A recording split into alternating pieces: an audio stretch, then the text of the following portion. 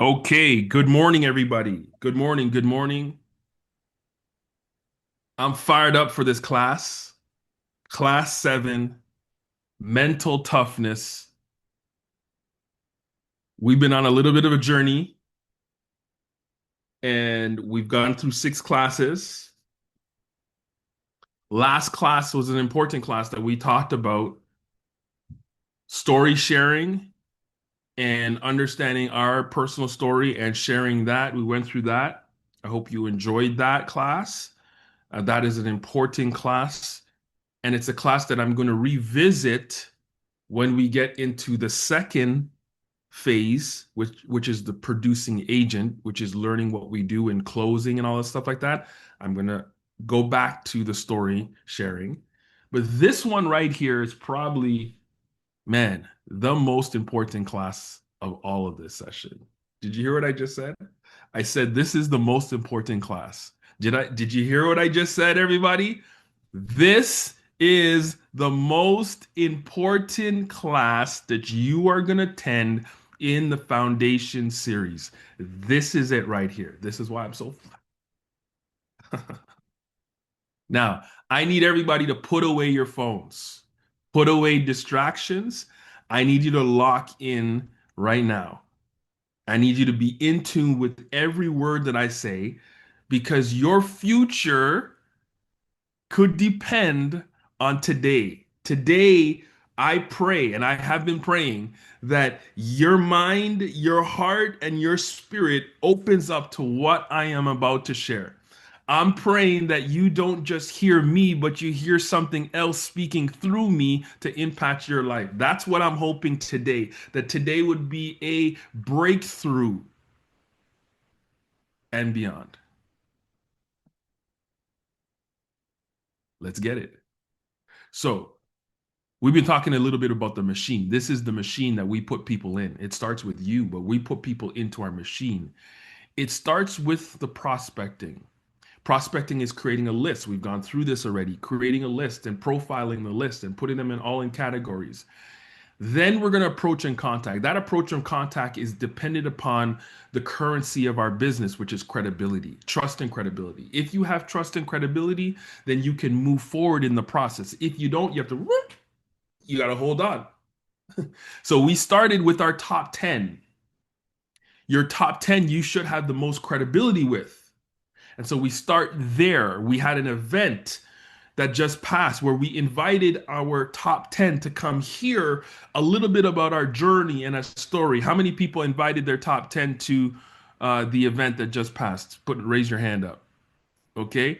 And how many people had people attend and what did they say? Just unmute your mic real quickly about what they thought about what you got yourself involved in and stuff like that. Tell me a little bit from those who had people come to the event, your top 10. Just unmute your mic and talk to us. My guest was intrigued. Mm, awesome. My guest was also so intrigued that he was talking to another agent from WFG, but he canceled that meeting and decided to set up a meeting with us instead. So Good stuff. All right. Somebody else. For my guest, it was like a reawakening. Mm, Yeah. somebody else. My guests were enthusiastic. They were intrigued. One young lady, she's already ready to join. And now I have to get my kids excited. Okay. Hey, everybody. You see, the system works if you work it. For those who did not get your top 10 because you didn't follow the process, you missed out. Now you gotta have to go back and do that again. But I just want to let you know that when you have trust and credibility, you can move ahead now. You can get them to come to an event very easily. We talked about that. If you don't, then you hold on. You've got to build trust with that person. I'm not going to go through our training, but I showed you how to build trust and credibility with somebody. There's a structure and a system to do that. Once you do that, then you're going to move into sharing your story. Your sharing your story is where we left off last week. Sharing your story is going to help that person connect with you further and then allow you to move them into the invitation, which is going to be our final class 8 that we're going to talk about. But today, we're talking about the mental fortitude that it takes to do the business. See, we've been training for a little while on this, and you see some people got results and some people didn't get any results. Some people acted, some people didn't act. Have you ever wondered? Have you ever watched and wondered, why does it seem like some people always win? You ever wonder that? They just like, you look at people and they just always win. And then there's people that you look at and you say, how come those people always lose? Or they're always struggling? You ever thought about that? Well, today we are going to answer that question and get into stuff. We're going to talk about the psychology of winning.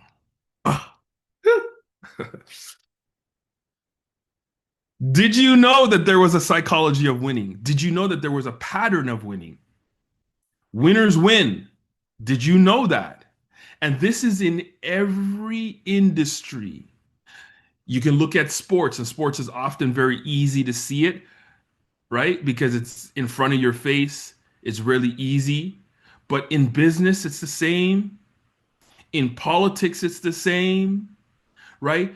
Winners win because they understand the psychology of winning. Some do it with complete consciousness, meaning it's premeditated. They understand what I'm about to share with you. And some do it and they have no clue about it.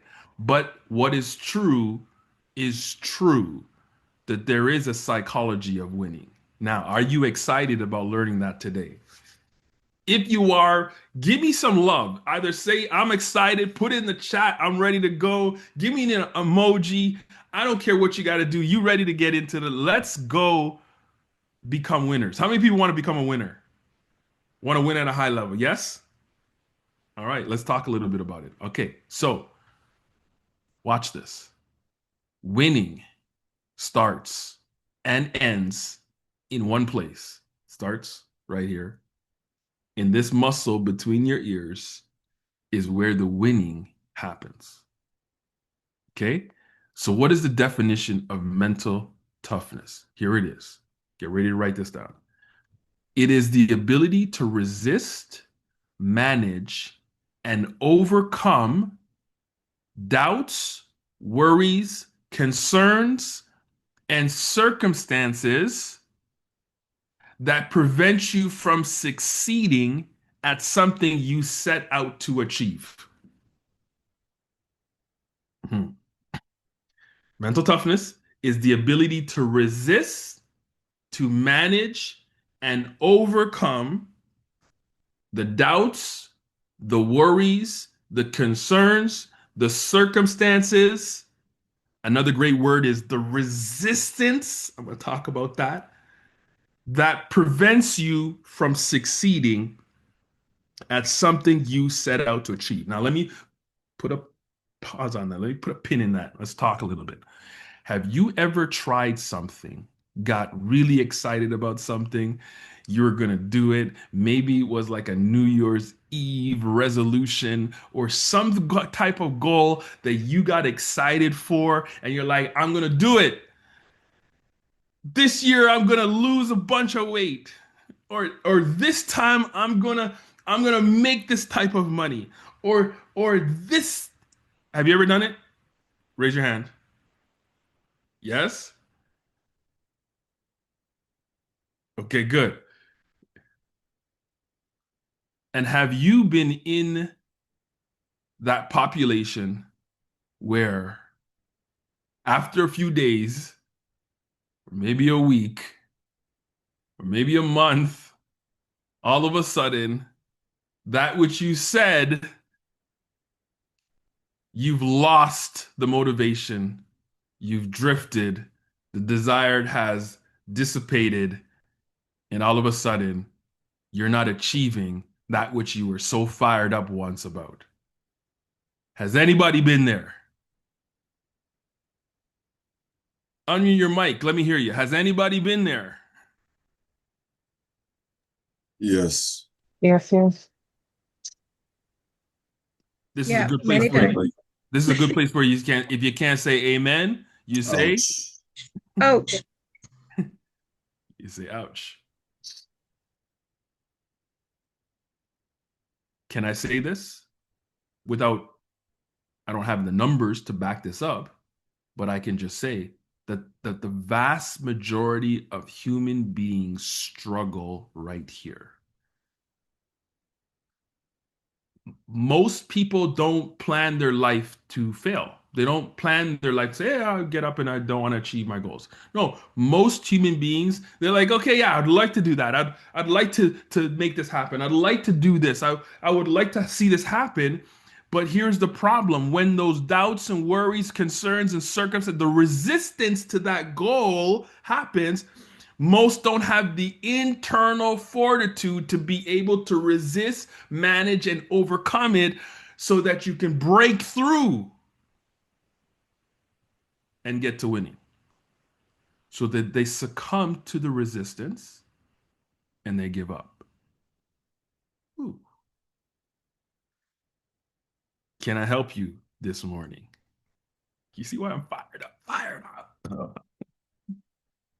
Now, here are the two biggest contributors to success. Actually, before I do that, let me ask you a question. What do you think the two biggest contributor to success is? Two biggest.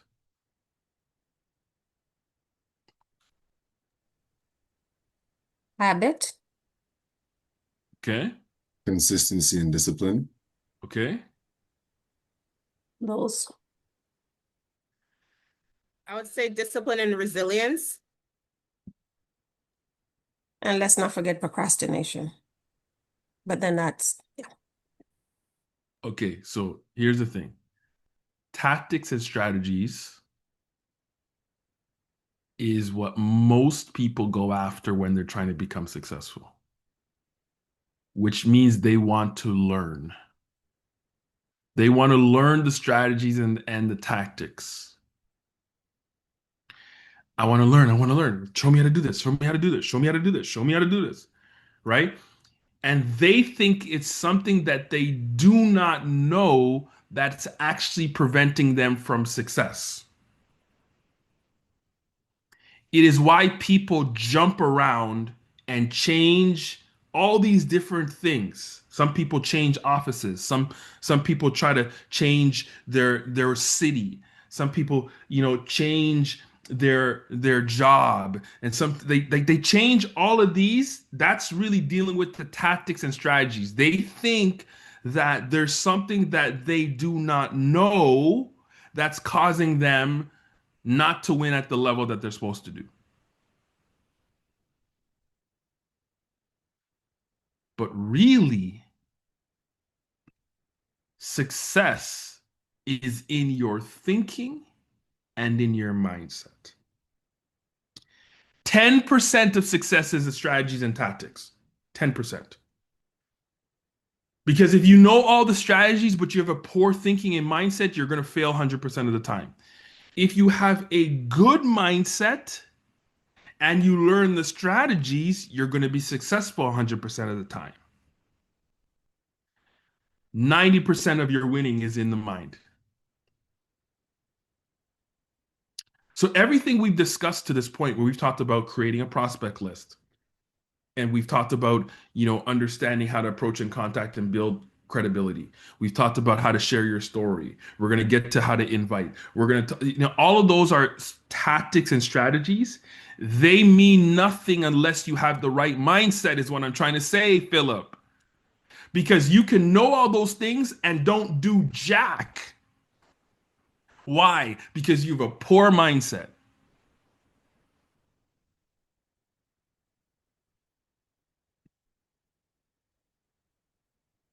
These three books, I want you to take a screenshot and I want you to go get. We are going to start with reprogramming your brain. The Outwitting the Devil, I want you to listen to on audio. So Audible, I want you to just get that in. Why? Because it's actually a conversation that's happening between the devil and the person that's interviewing the devil. It's just will bring it to life better when you listen to it from the audiobook, okay? But the laws of success, Think and Grow Rich, this is all from Napoleon Hill. Napoleon Hill, he interviewed, the first of its kind, interviewed all the most successful people in the world and then created these books based on what he learned. It is the blueprint of all success. You should study and learn, study and learn, study and learn so that you can reprogram your brain.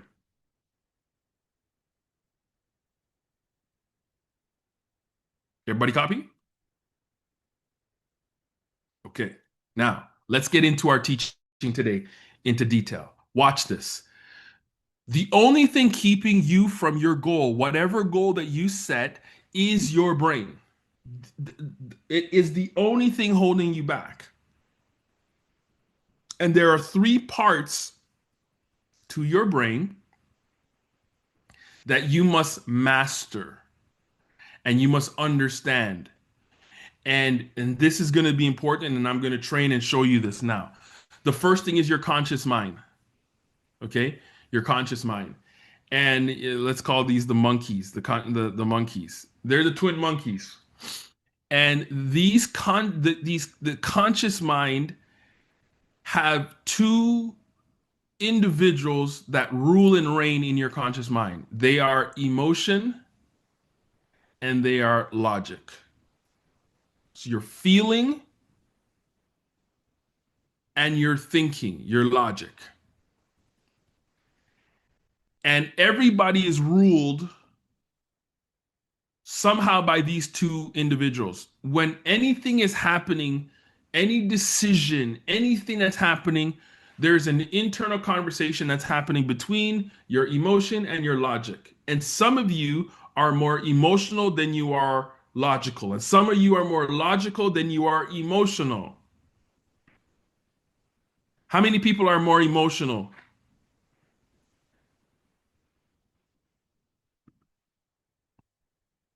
Okay.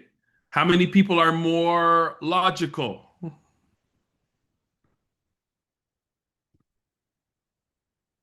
Okay. Let me give you an example. Let's say we're at dinner and we're looking at the menu. Now, let's say you want to stay in shape. You're trying to stay in shape. The logic is, hey, make sure you keep those calories down. Okay. So you see the pictures, the food looks amazing, and the logical side of your brain is saying, okay, we got to make sure we eat with, intention. Make sure you have a salad on there. Watch the dressing. We're gonna keep those calories down. And your emotion or your feeling is like, man, I'm hungry. That's gonna taste really good. Man, it's gonna be so amazing to taste that. Okay, so that's where the fight's happening. Conscious brain. Okay, they're always fighting back and forth, and whoever's going to win is dependent upon who you focus on. But that's the conscious brain. It's the conscious mind. Now, a few things about the conscious mind. It talks to itself through emotion and logic. It speaks in terms of questions. You're questioning everything in your conscious mind. As I'm talking, you're questioning what I'm saying to you. There's questions that's happening. Always. It's always operating through questions. Number three, it gets its information, the conscious mind gets its information from five sources, which is your senses. So your conscious mind is limited to what you are bringing through your eyes, your ears, your nose, your touch and your taste. It gets its information there. Here's the problem.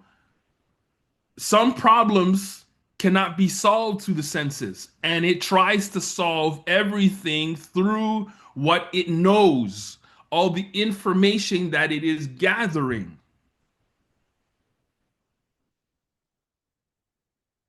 Now, the conscious mind gives us the ability to choose.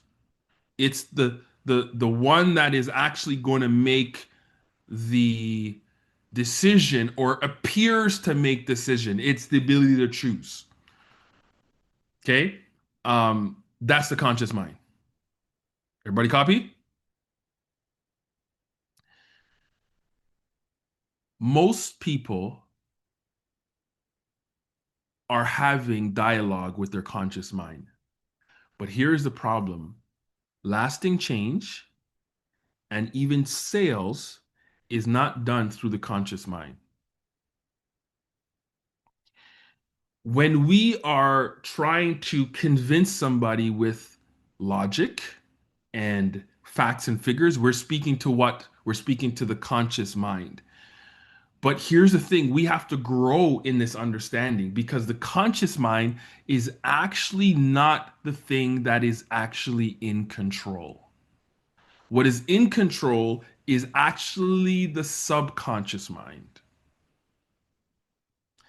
The subconscious mind is the part of us, it actually has all of the information needing. Your subconscious is the go-between your conscious mind and your spirit,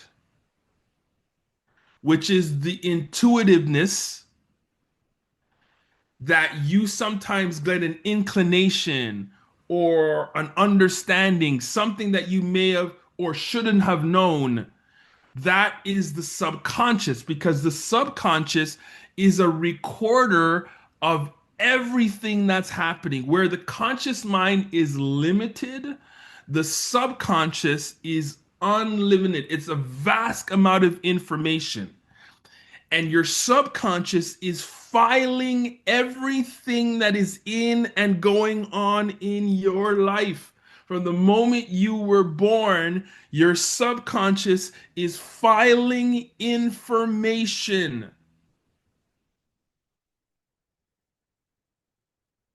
This is the most important, powerful place that you have to understand. Now, the subconscious is actually the one that is in control and in charge of our life. That's what's funny. Conscious mind is where you make the decisions, but the actual person that is actually making the decision is your subconscious mind. Now, here's what I want you to see. Your subconscious mind speaks in stories. What does that mean? It finds stories or the file to confirm or deny that which you are thinking. Let me give you an example. So let's say you go to Vegas or you go to an event and you get fired up about something. You're like, man, I'm going to be an entrepreneur and I'm going to make a ton of money. This is what your consciousness is saying, right? And so your consciousness is feeling good and it's going through yeah, man, we can do this. Man, look at all the opportunity that's there and the market that's there. And so it's going back and that's your conscious mind. But your subconscious, as you're saying that, is going to find a file or a story and say, Phil, you remember when you got excited the last time and you got disappointed? But you can't do that. No, that's not where it works, right? And so although your conscious mind is excited, your subconscious in the head doesn't really believe that. And so what happens is you start the business with all the excitement And you're told to do something and you hesitate and you don't really know why you're hesitating, but you're hesitating because your subconscious really doesn't believe that which you're saying in your actual conscious brain. And you want to know why you don't pick up the phone, or why am I hesitating? Why do I, what am I doing? Because there's a story that your actual subconscious believes and is operating from. You're not going to win. Like, why didn't you make the call? Because you don't think you're going to win. See, if you thought you were going to win, you would make the call. If you thought you would talk to that prospect was actually going to say yes, you would go talk to that prospect. But in your head, you're thinking, that person's not going to believe me. See, that's the subconscious. And that's what's in control. And that much makes you hesitate and actually go,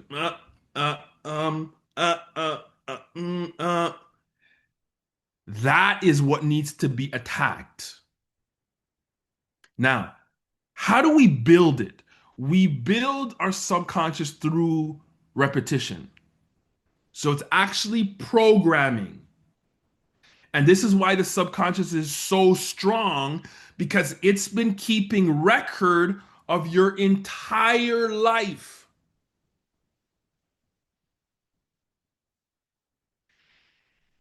Every disappointment, every situation, every trauma, everything that's been going on in your life, it's been storing files and stories.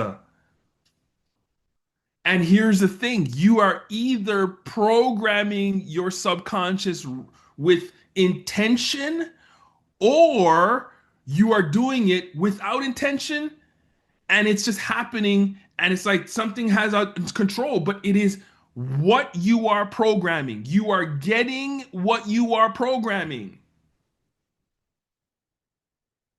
It stores all your information, and it is very much connected to your state, which is your internal feeling. In fact, before things hit your conscious mind, your internal feeling, your subconscious has already felt it.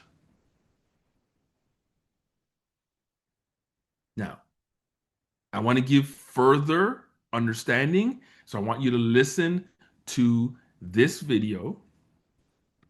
I want you to listen exactly. Listen to this. So what controls our biomagnetic responses? The subconscious mind. It is running the show. Now, this is not to be confused with the conscious mind. Our conscious minds are very limited. Most of us lose our trains of thought. We don't remember what we had for breakfast yesterday, or where we left our keys, or where we parked our car. In fact, the conscious mind has been found in laboratory studies to be almost none of our overall intelligence. It's important, of course. It receives input and analyzes and helps our decision-making processes. It's where we spend all of our waking hours. But it has very little storage space, and it is not in charge of our health. If we compare your conscious mind to an iceberg, it would be the part of the iceberg that extends up above the waterline. The subconscious mind, on the other hand, is like the part of the iceberg that's below the waterline. When the Titanic hit that iceberg, for example, the part that sunk the Titanic was the part that was below the waterline. That's the subconscious mind. Our subconscious minds are truly in charge. They're like the all-intelligent control centers of our bodies. They store vast amounts of data about our health and well-being. Okay. Did you get that? So I like the analogy. I'm going to use another analogy. I like that iceberg analogy, right? Like, you see the tip of the iceberg, but really it's what's below that really matters. It's almost the same thing as a tree. Look at this. You know, a tree, the apple tree that, you guys know if you've trained with me, I like talking about the apple tree, right? How do you make an apple tree? You put the seed in the ground. And when you put it in the ground, what's going to happen first? What's going to happen first? The roots will develop first. The roots develop first. Before you see fruit, before you see winning, I have the arrow right here. This fruit is winning. Before you see the fruits, there's a process that happens, that this seed goes into the dirt and has to build a root system. It has to grow over here. But here is the most important part. Karen, I need you to understand this. Shauna, you know, Shanae, I need you to get this. This seed tries to go down into the ground, and all of a sudden it is faced with all sorts of resistance called the soil. It is met with resistance. And now this tree, in order to produce the fruit, must go deep down and fight through the darkness, through the heavy burden, the struggle it's got to face in order to get down. And basically what the roots is looking for, do you know what it's looking for? What's the roots looking for? Nutrients. It's looking for nutrients. It's trying to go down deep enough because it's looking for nutrients. It's looking for water. It's looking, so it's got to go down. But guess what? It's got to fight through the resistance. Can I propose to you? The reason why people don't win is because they don't understand that this is the most crucial area of building a winning culture and a winning mindset and a winning team. It doesn't matter. This is it right here. Can I tell you something, everybody? You got to understand resistance is normal. Why did you think that you were going to start a business or start anything? You want to lose weight, you want to do any goal. Why did you think that there is not going to be resistance? If it was easy, every single human being on the face of this earth would win. If making 100K was so easy, then why does 95% of all human beings don't make 100K or more if it was so easy? There is resistance. But the resistance is by design. Can I propose to you that God puts the resistance in our lives to develop you and become the person that you need to become? Ooh, did I say God is the one? Yeah, I will propose to you that God is control of everything, and he allows, God doesn't want bad things to happen to you, but he will allow certain things to happen in your life to produce what he wants to produce in your life. If you can't say amen, you should say ouch. Why do people give up? Sean Miller, do you know why people give up? Because they get to a point where they do not want to break through this resistance and they make all sorts of excuses. They blame other things around and say, I didn't get this, or I didn't get that, or you didn't do this, or this has happened. And the truth is, you've never broken through the resistance because it's all here. It has nothing to do with external. It's all right here. Why don't you become a 100K earner? Why don't you become an SMD? Truthfully, you know where it is? Is you've not pushed through the resistance. Whatever stopping you, you've not pushed through there. The person that has gotten there has. They've become a different person to get past there. Does everybody understand this? So you got to understand your winning is connected to what most people never see. Ugh.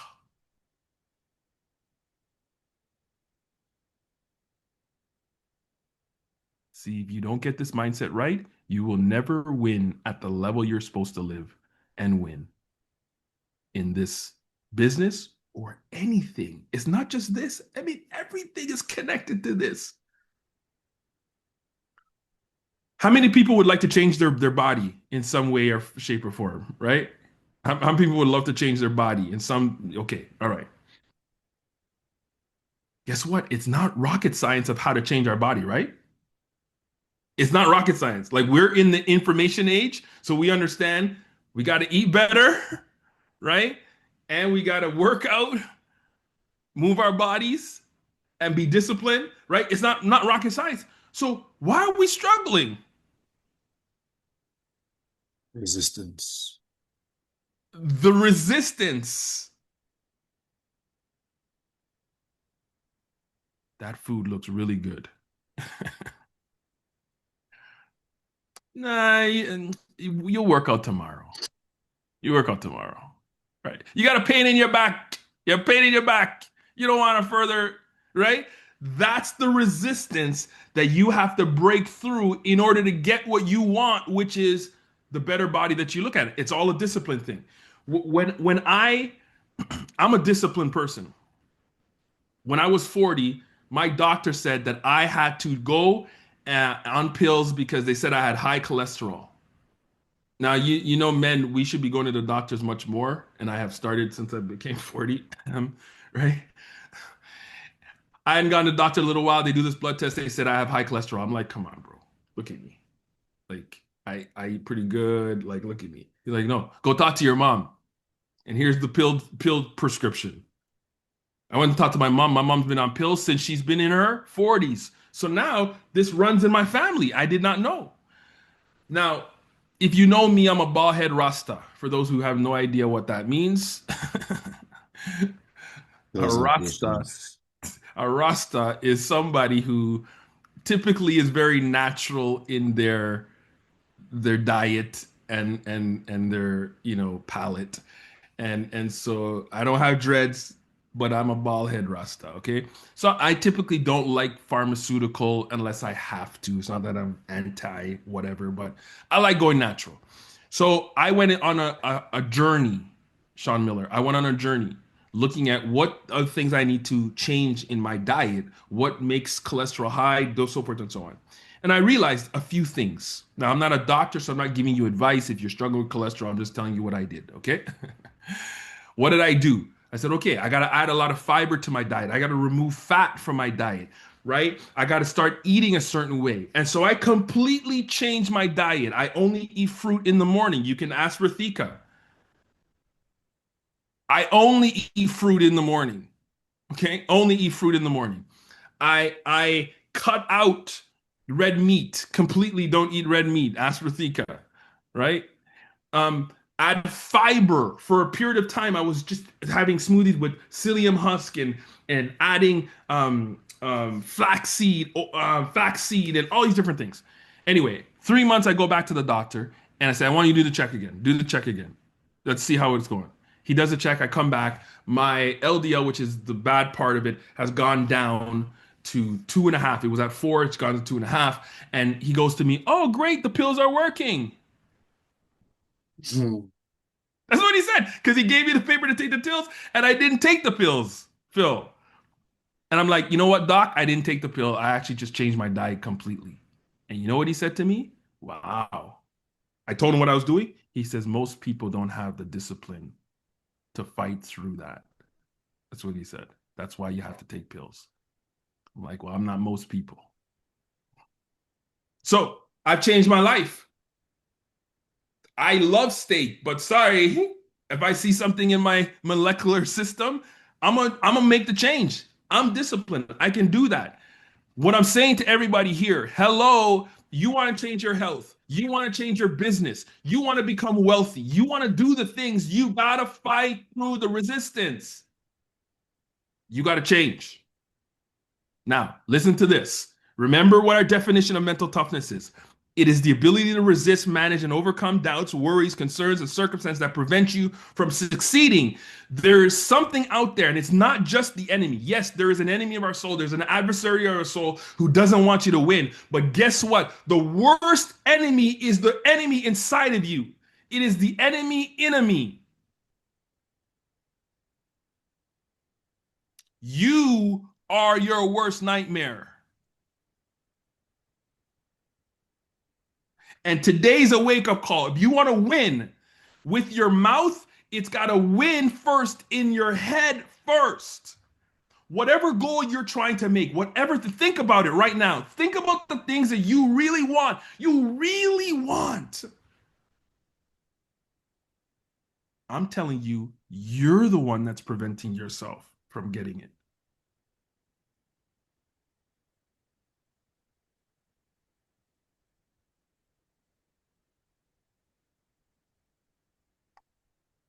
And you got to break through it.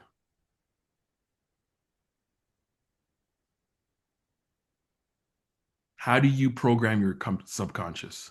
Good question. I'm glad you asked. Here's it. 3 things you have to do and you have to change. You have to change what you say, verbally and internally. You have to change. Verbally means what comes out of your mouth has to change. I'm fat. I'm this. I'm that. You got to change. I'm not good at this. How many people do that? We do it all the time. I'm not good at this. Why are you saying it? Why are you confirming it? Because you're creating a story. Angus, when you say, I'm not good at this, and you continue saying it, now when you get into a position where you need it, your subconscious goes back and says, let me find the story. Oh, that's the story that Angus is saying. He's not good at it. And so you hesitate because in your head, you feel you're not good at this. You gotta stop. Verbally, and then internally is where the damage is. Because, see, we're always talking to ourselves internally. And so there has to be an internal switch. That's the first area. How do you talk? How do you talk verbally and internally to yourself? How do you talk? You got to switch that. Secondly, what you listen to. Oh my goodness. This is the truth. What you listen to goes through your ear gates and there's a reprogramming. How do we know this? Music is the best way. Music is the best way.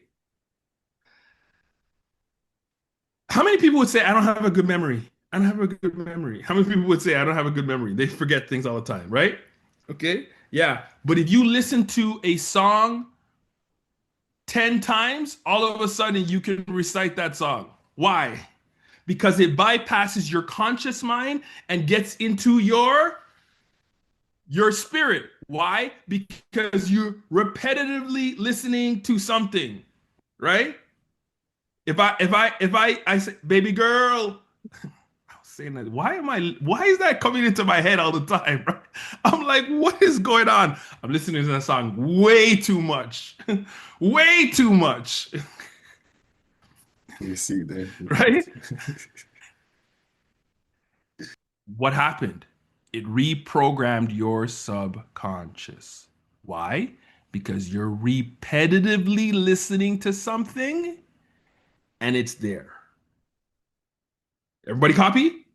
So you have to change what you're listening to. That could be music, but it's also, what are you playing? See, if you're not playing Rich Stolley and all of these focused podcasts that are taught, you can't win at a high level.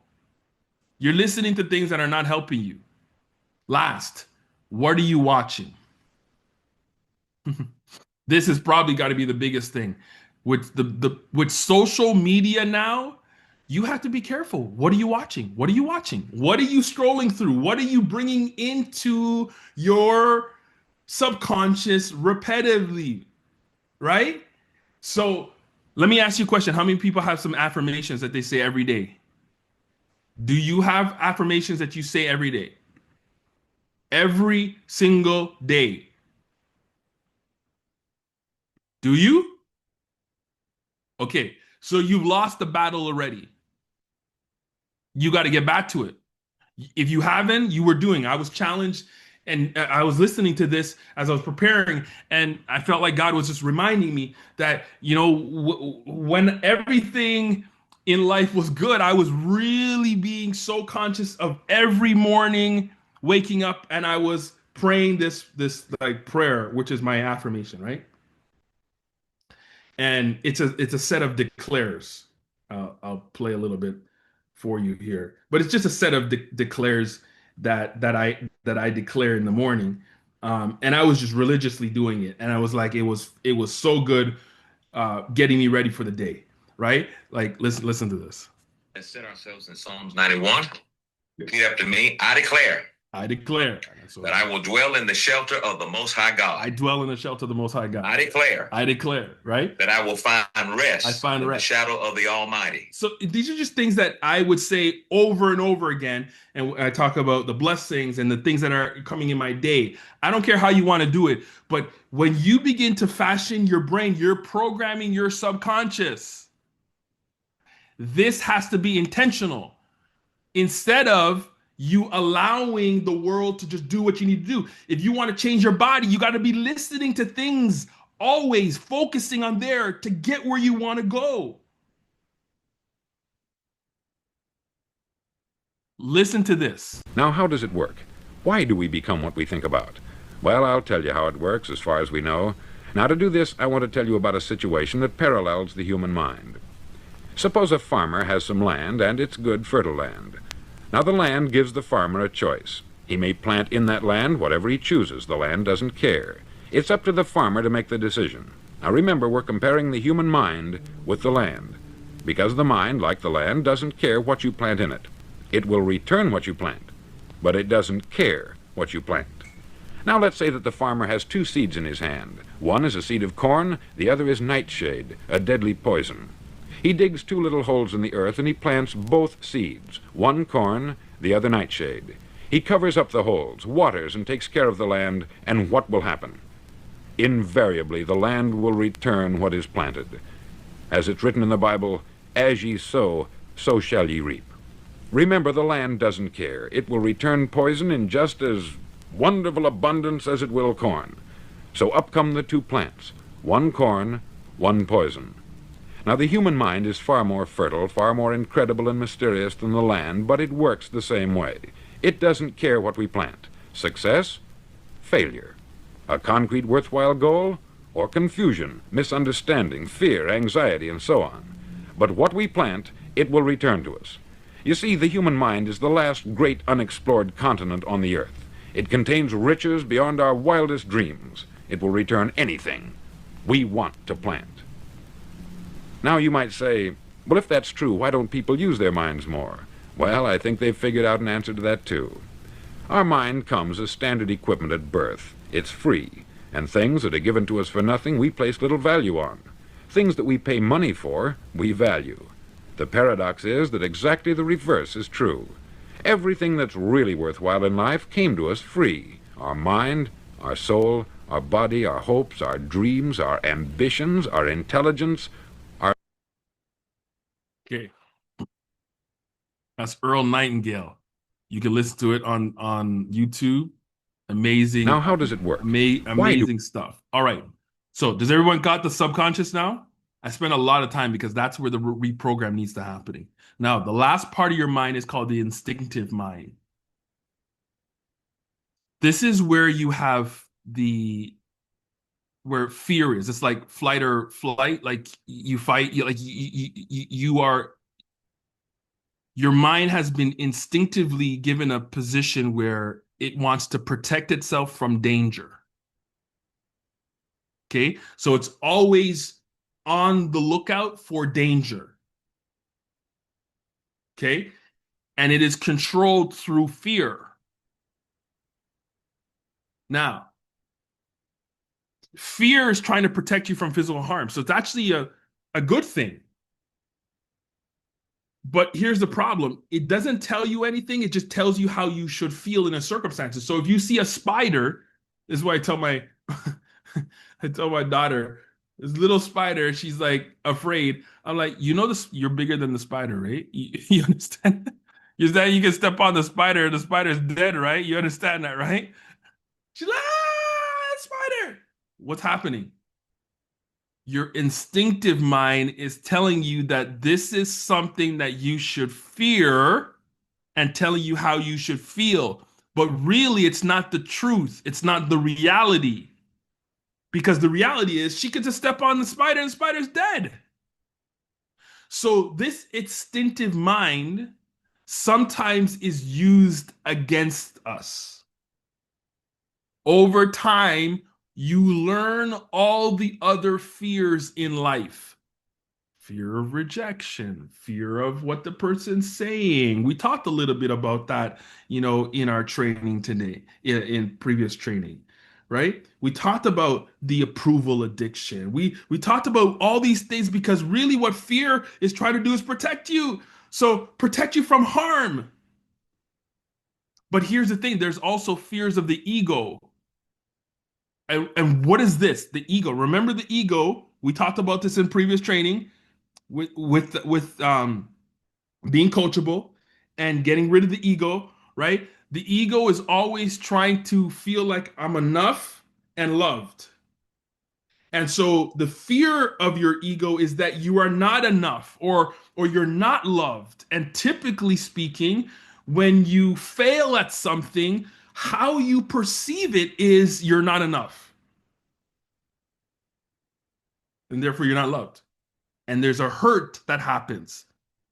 And so when you get in a circumstance where you should act or operate, your instinctive mind comes in and says, oh, that's going to bring about fear. Your subconscious has a story. Yeah, do you remember the last time you tried to do this and someone rejected you? Yeah, I felt terrible. I didn't feel good enough about it. And then you don't do anything. You don't anything because you're fearful. And I'm not picking up that call. I don't want to feel like that. I don't feel like I'm not doing that. I'm not doing that. I'm not talking to that person about the business. You start operating with your instinctive mind. Watch this. This part of your brain speaks in absolutes. It's like you're not talented enough. You don't speak good enough. You don't have the background for this. Speaks in very absolute. So you have to be able to manage these different areas in your brain in order to be successful. These are the things that are set up for you to fail. And it is why some people win and some people don't. So look at this. And then we're going to close.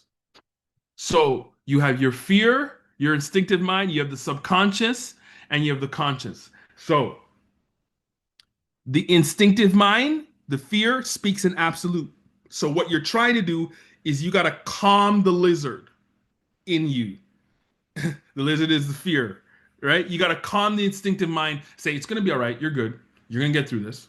It's not that it's not going to hurt you that much. You can go talk to that person, right? You can go talk to that person. It's not going to hurt you that much. It's going to be fine. You're going to be okay, right? So you gotta learn to always calm your instinctive mind, because your instinctive mind trying to protect you. To like, oh my God, I don't want to feel like I'm not enough. I don't want to feel like it's always trying to do that. So you gotta calm that. When you oh, that person would be great for the business, and then in your mind you're doing the mind thing. You gotta calm the mind and say, hey, you're good, you're good, we're good. Even if that person says no, it's not gonna hurt you. It's not you're not condemning yourself to that, and so then you can act. So you got to calm the lizard or calm the instinctive mind. Now, the subconscious, this is where the hypnotic rhythm is, because you've been creating patterns in your life. You must learn how to guide the elephant or guide your subconscious mind. You must be in control. This has to be a conscious effort, or your subconscious mind is controlling you. So you have to put in place those gates that I talked about, and you have to be conscious. Okay, what am I going to say? Oh, I got to catch that. No, I got to stop talking like that. I got to stop talking like that. Oh, I got to stop listening to that. No, that's no good. I got to listen to something else, right? If you're watching this and you're always wondering why you're trying to play out what you're watching, is because you're watching this. So you got to switch the brain and program. You got to guide it. And then last, you got to get this conscious mind to go where they want to go. So the conscious mind is, remember, always operating in emotion, logic, motion, motion, but you got to get it to go. You got to get it to make decisions that serve you through these other things that people don't see. That is the power of the brain. If you can get this and start working on this, it's going to change everything. You stop hesitating. You start hesitating. Stop doing, because see, when I give you all the tactics and I'm giving you the strategy with your story and how to contact and how to build, all of those things are coming upon you actually doing the things, but you got to believe it. That's where the mind comes. You got to switch that thinking so you can actually operate. And once you do that, man, things change, completely changes. It's revolutionary for you. You start seeing the results. You start seeing the fruit. You start believing that you're worthy of $1 million. You're worthy of building a business that can change your life and your family's life forever. You're worthy.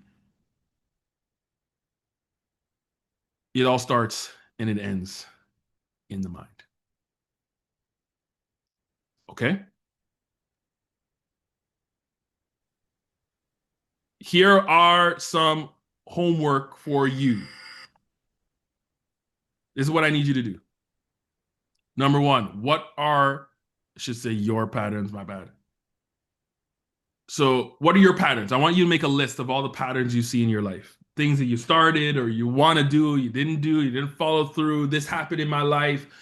Man, at the time that I was in grade 9 and this happened. What are all the patterns that you've seen in your life? I want you to make a big, huge list. Go back through your whole life. By the way, your subconscious has stored it all. Don't say that I can't remember. Trust me. It's there. Go back through all your patterns. Now, I want you to next, how do you feel and react to disappointments?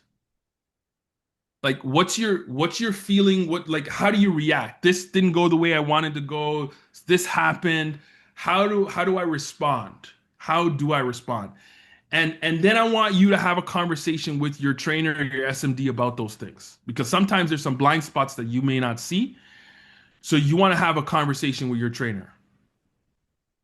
Then the next step is you got to intentionally put a plan in place to change your gates. Okay, what am I going to start listening to? What am I going to start watching intentionally? What am I going to say intentionally? And then I want you to share your plan with your trainer and your family as well for accountability.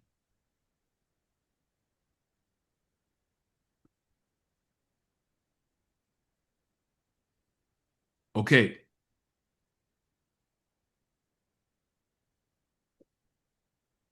That's the plan. Are you ready to take it to the next level? Yes, definitely. Now, we've gone a little longer than usual, but this is the most important. I told you this is so critical. If you can get this, you can change your life and you can lead others. And for the most important part, the next step when we start talking about producing agent, I'm going to show you how closing is connected to this. So if you can change it in your life, I'm going to show you how you're going to change it with other people's lives as well. Okay? All right. Appreciate everybody. Let's go win.